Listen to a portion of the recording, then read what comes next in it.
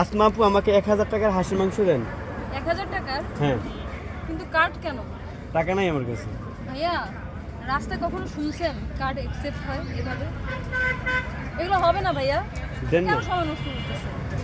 ওই যে এপাশে এটিএম বুথ আছে সোনালী ব্যাংকের, বুথ থেকে টাকা তুলে নিয়ে আসেন। ওখানে গেছিলাম, টাকা নাই।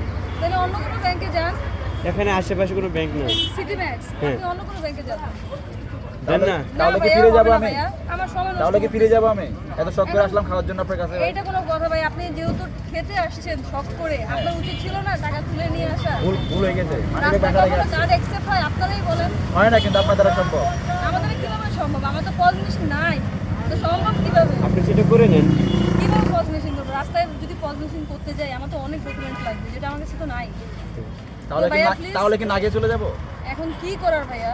তবে আপনি যেহেতু যদি খেতেই চান, আমি আপনাকে এক পিস হাঁসের মাংস দেই। এখন এক পিস 1000 টাকা তাহলে দাম। না ভাইয়া, তাহলে? আমি ওটা আপনাকে এমনিই দেবো। যদি আপনার এতই খেতে ইচ্ছে করে, আমি এক পিস দেই, আপনি একটু সুবাস নেন, আমার পরের তো বার টাকা প্যাকেজ তুলে ছিল নিয়ে আসবেন। 1000 টাকার হাঁসের মাংস।